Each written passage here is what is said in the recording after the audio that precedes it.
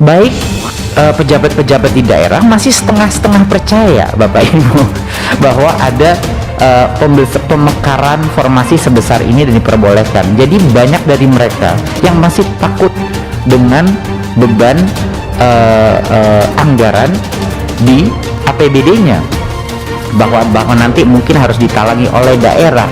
Jadi ini adalah masalah yang tidak bisa diselesaikan hanya dengan sosialisasi. Ini membutuhkan waktu 40 tahun ke atas dan berstatus aktif selama 3 tahun terakhir mendapat bonus nilai kompetensi teknis sebanyak 75 poin. Jadi total poinnya itu nanti 500 poin.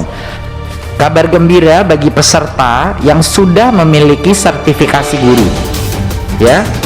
Jadi tes kompetensi ini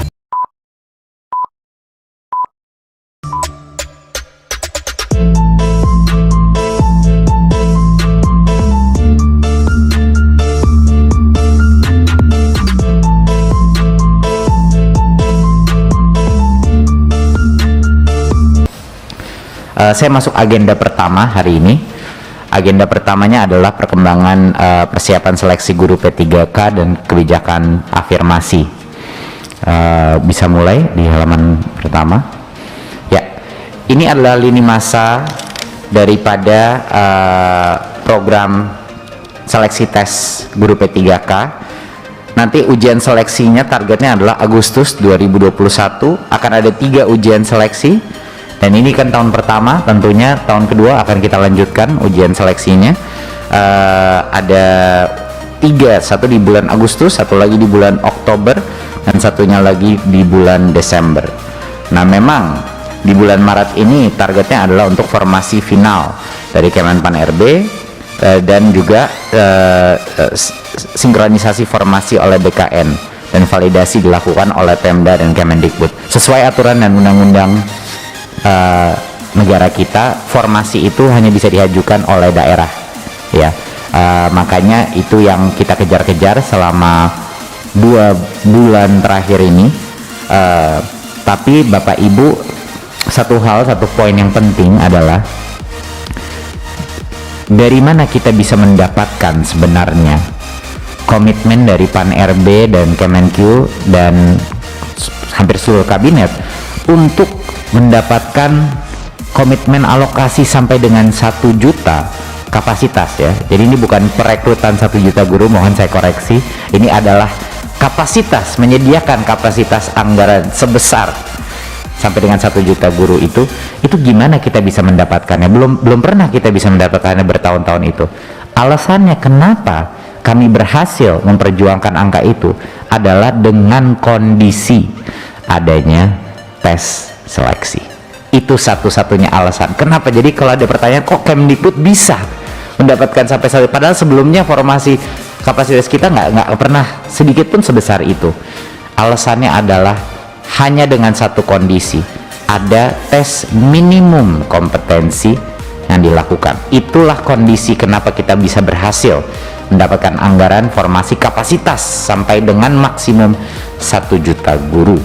Nah, itulah alasannya Bapak Ibu. Jadi mohon dimengerti bahwa itulah kondisi permintaan kita, makanya kita bisa mendapatkan itu. Jadi itu satu poin yang sangat penting untuk dipahami masyarakat, bahwa kondisi adanya tes seleksi itu tidak mungkin tidak ada gitu. Berikutnya kami mendengar beberapa masukan bahwa mungkin ada isu dengan sosialisasi formasi P3K ini. Saya dengan keras harus menjawab ini, bahwa seluruh dirjen kami dan termasuk saya sudah kunker ke Sulawesi, ke NTT, ke Papua. Jadi menteri pun dan Bapak Ibu Komisi 10, saya sudah mendengar banyak sekali Bapak Ibu di Komisi 10 sudah mensosialisasikan formasi. Bapak Ibu, masalahnya bukan sosialisasinya. Kita telah melakukan berbagai macam acara, webinar, Zoom untuk terus menyebut bahwa 1, tolong ajukan formasi, 2, pemerintah pusat akan mendanai biaya, menyiapkan biaya melalui DAU untuk semua formasi yang lulus tes P3K. Jadinya mohon maaf Bapak Ibu, tapi sosialisasi yang kita telah lakukan itu sudah seintensif mungkin, baik dari pemerintah daerah maupun panasnya, bahkan kunker pun kita. Jadi ini adalah program yang sangat intensif. Namun apa yang terjadi halaman berikutnya?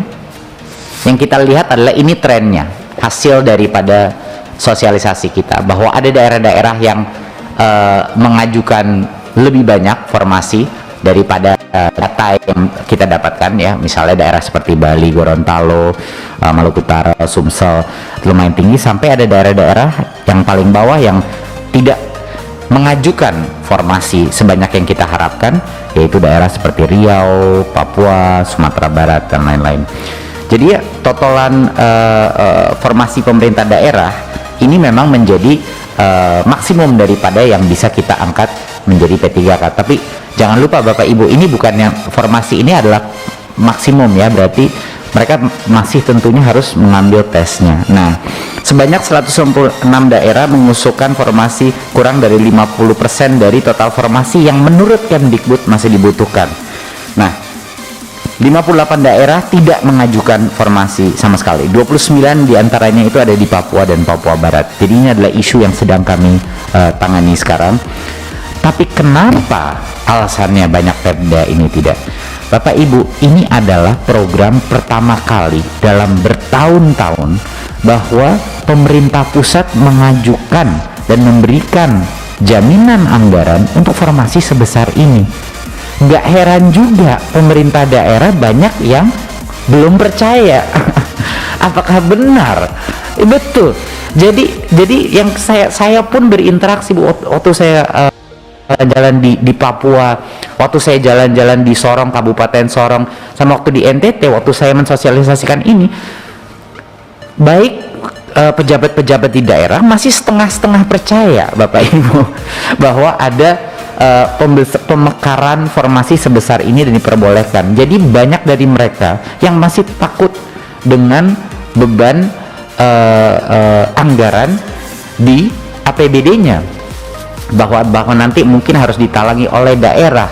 Jadi ini adalah masalah yang tidak bisa diselesaikan hanya dengan sosialisasi. Ini membutuhkan waktu gitu.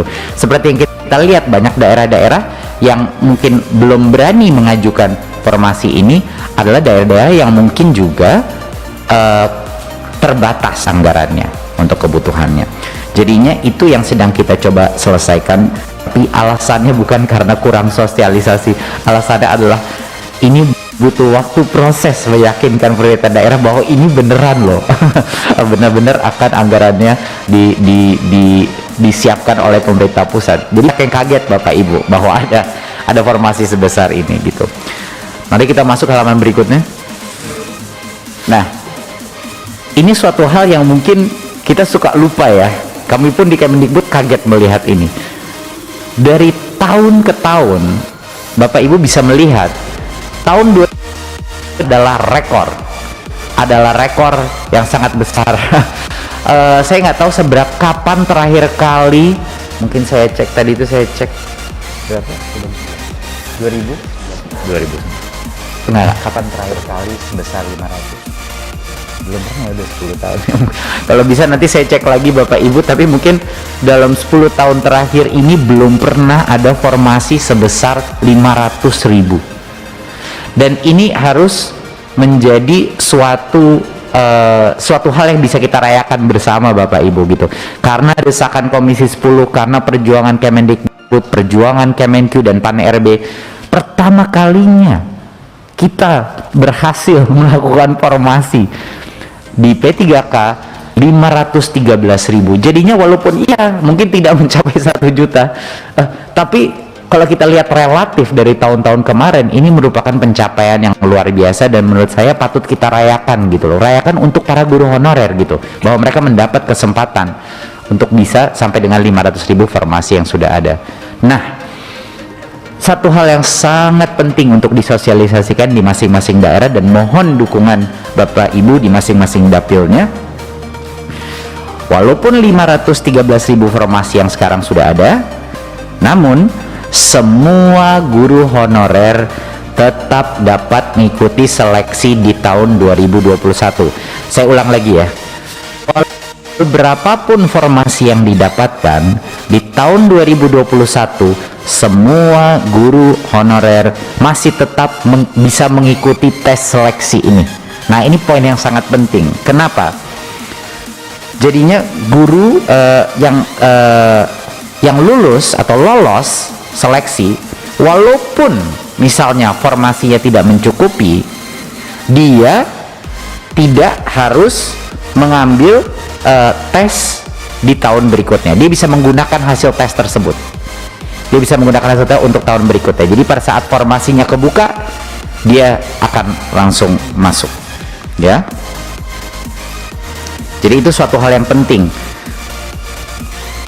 Jadi Bapak Ibu, yang akan terjadi tahun ini adalah semuanya akan mengambil tes, ya. Dan seperti yang saya udah ulang 5-10 kali, dan mohon diulang lagi, hanya yang lolos seleksi yang akan menjadi P3K. Jadinya kalaupun yang lolos seleksi itu di atas 500.000, ya, atau mungkin di daerah-daerah tertentu di mana formasinya belum terbuka, dia akan disiapkan untuk tahun berikutnya. Dan bulan adalah di tahun ini adalah bulan di mana Kemdikbud akan mengejar pengajuan formasi untuk tahun berikutnya. Jadinya semua daerah-daerah seperti Papua, Riau yang masih mungkin perlu kita penekanan, perlu memberikan mereka keyakinan, itu kita sampai tengah bulan Agustus bisa. Tetapi semua guru itu bisa mengambil tes pertamanya dia di tahun ini. Jadinya pun kalau dia gagal, dia tahu apa kelemahan dia dan dia bisa belajar lagi mengambil tesnya tahun berikutnya. Jadi ini bukan suatu masalah bahwa angkanya 500.000 gitu. Halaman berikutnya. Dan tentunya kali ini berbeda. Saya sudah menekankan ini beberapa kali. Kali ini apa sih bedanya? Bedanya adalah dengan tim baru di Kemdikbud dan GTK yang lumayan handal di bidang pengajaran online. Dan ini memang salah satu fokusnya kita. Kita ini secara esensinya membuat suatu MOOC. Kita buat sedikit Universitas P3K lah gitu namanya, ya, online Universitas P3K, di mana program guru belajar dan berbagi ini bukan cuman dari kita, tapi guru-guru pun. Jadi mengajar bagaimana caranya untuk bisa meningkatkan probabilitas untuk lulus seleksi ini. Jangan lupa Bapak Ibu, kepentingan daripada tes seleksi ini bukan hanya untuk membuktikan minimum kompetensi dan melindungi anak-anak kita, guru-guru yang tidak memenuhi minimum kompetensi. Tetapi yang membuat saya sangat semangat dengan adanya tes seleksi ini adalah karena semua materi sudah kita berikan secara online dan guru bisa secara mandiri belajar, kita juga bisa menemukan atau mengidentifikasi siapa sih guru-guru kita yang niat belajar. Iya kan? Siapa guru-guru kita yang niat belajar? Guru yang hebat bukan hanya guru yang bisa mengajar. Guru yang hebat adalah guru yang punya motivasi belajar sepanjang hayat, ya. Dan inilah makanya program guru belajar dan berbagi ini sangat penting, karena kita tidak bisa memberikan saja mereka ayo lolos seleksi, kita dukung dengan pengajaran online yang terskala untuk hampir semua guru honorer kita. Dan ini bimbingan ini terus akan kita laksanakan. 256.000 guru telah mengakses situs guru belajar dan berbagi, dan 101.000 guru telah bergabung dalam forum diskusi. Ini partisipasi yang luar biasa. Di masa pandemi ini, satu hal yang positif yang sudah kita lihat secara data Bapak Ibu adalah partisipasi guru dalam pembelajaran apapun yang sifatnya online itu sangat tinggi kehausannya. Nah, ini harapan saya, calon-calon yang akan lulus seleksi adalah yang dengan kehausan belajar yang tinggi. Sekarang kita masuk kepada kebijakan afirmasi. Jadi Bapak Ibu, kita memikirkan bagaimana caranya kita mendukung dan memberi nilai tambah kepada pengalaman di dalam dunia pendidikan tanpa mengurangi minimum kompetensi yang bisa terdemonstrasikan melalui tes seleksi ini. Jadinya kami mengambil posisi di Kemendikbud bahwa pengalaman adalah suatu proksi daripada mutu. Karena kalau bahasa Inggrisnya itu tacit knowledge atau pengalaman. Hal-hal yang tidak bisa diukur oleh tes itu harus juga dinilai, seperti pengalaman berguru dan lain-lain. Nah, jadinya setelah juga dengan Pan RB dan melakukan berbagai macam negosiasi, jadi kita menentukan adalah kita akan memberikan bonus point untuk passing grade. Jadinya apapun passing grade-nya, peserta dengan umur 40 ke atas, ya, 40 tahun ke atas dan berstatus aktif selama 3 tahun terakhir mendapat bonus nilai kompetensi teknis sebanyak 75 poin. Jadi total poinnya itu nanti 500 poin. Jadi esensialnya dia mendapat 15% bonus. Ya, 15% bonus untuk itu. Dan bukan hanya untuk yang di umur 40, peserta-peserta penyandang disabilitas juga mendapat nilai bonus sebanyak 10% dari maksimal bonus. Jadinya ini adalah kebijakan afirmatif tanpa mengorbankan minimum kompetensi yang dibutuhkan untuk para siswa. Jadi itu adalah kompromi yang kita harus lakukan. Pertama, kita harus lindungi siswa kita. Kedua, kita harus memberikan nilai tambah untuk pengalaman, Bapak Ibu. Karena pengalaman itu ada nilainya yang belum tentu bisa dites, gitu. Jadi itu adalah landasan filosofis daripada afirmasi ini. Afirmasi ini bukan kita berikan karena oh ya memang sudah lama bekerja, bukan. Kita memberikan afirmasi ini karena menurut kami pengalaman itu ada nilainya dan harus dihargai dan belum tentu bisa dilihat melalui tes. Nah, satu hal lagi, poin yang penting di atas ini, ujian seleksi pertama, yaitu ingat tadi saya bilang yang pertama ada 3 tes tahun ini.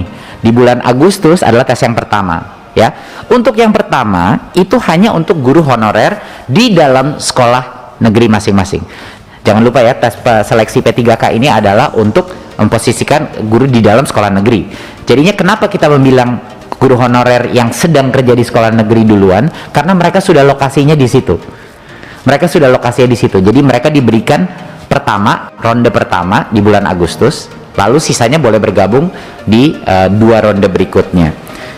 Ujian seleksi kedua dan 3 terbuka honorer. Jadinya kita pastikan kita prioritaskan karena kami juga mendapat banyak masukan. Loh, guru-guru yang sudah ada di sekolah itu harusnya yang mendapat prioritas dulu gitu sebelum guru dari misalnya lulusan PPG dan yang baru. Ini banyak sekali yang sudah melakukan komplain baik ke Komisi 10 maupun ke kita. Jadi itu yang kita lakukan. Jadi sequencingnya aja.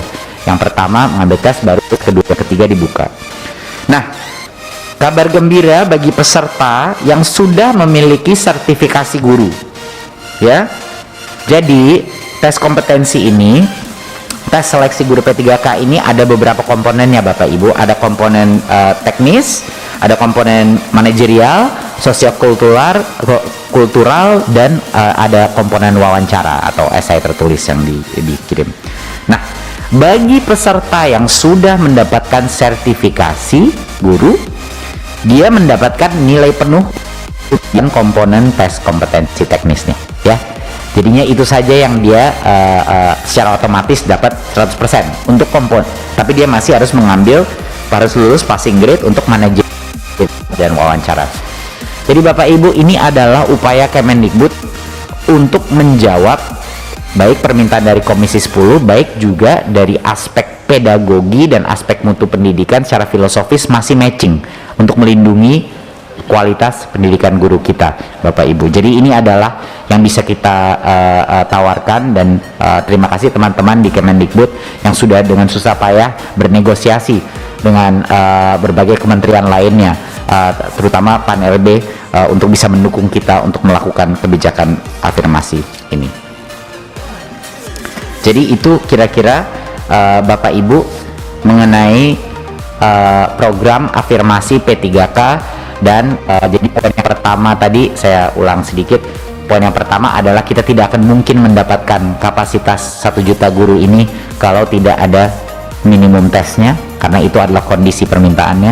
Kedua, angka 500.000 adalah angka historis untuk formasi ASN guru yang dalam 10 tahun terakhir ini belum sempat kita tercapai sebesar ini. Jadi itu juga patut kita rayakan. Ketiga adalah isunya lebih mendalam daripada sosialisasi, bukan hanya sosialisasi, tapi kepercayaan daerah bahwa pemerintah pusat akan benar-benar menalangi biaya ini, dan itu ya kerja keras kita, itu membutuhkan waktu dan pendekatan. Dan yang keempat adalah bahwa walaupun 500.000 itu pun saya rasa kalau kita mengasumsi semua guru honorer mengambil tes, berapa persentase yang masuk, saya rasa akan masuk. Tapi pun kalau tidak masuk, yang lebih lulus di atas itu, mereka akan secara otomatis bisa menggunakan angka itu untuk formasi pada saat formasi daerah mereka terbuka tahun berikutnya. Dan di bulan Agustus disitulah kita akan melengkapi jumlah formasi untuk yang tahun berikutnya. Jadi kami akan terus bekerja keras. Dan tentunya kabar yang terakhir adalah untuk menjawab apresiasi pemerintah pusat terhadap pengalaman dan dedikasi, di mana itu ada nilainya untuk mutu. Kita memberikan afirmasi 15% bonus poin kepada yang umurnya 40 ke atas ya, dan juga untuk penyandang disabilitas. Jangan lupa subscribe dan like serta komennya, dan share ke semua grup yang kalian punya.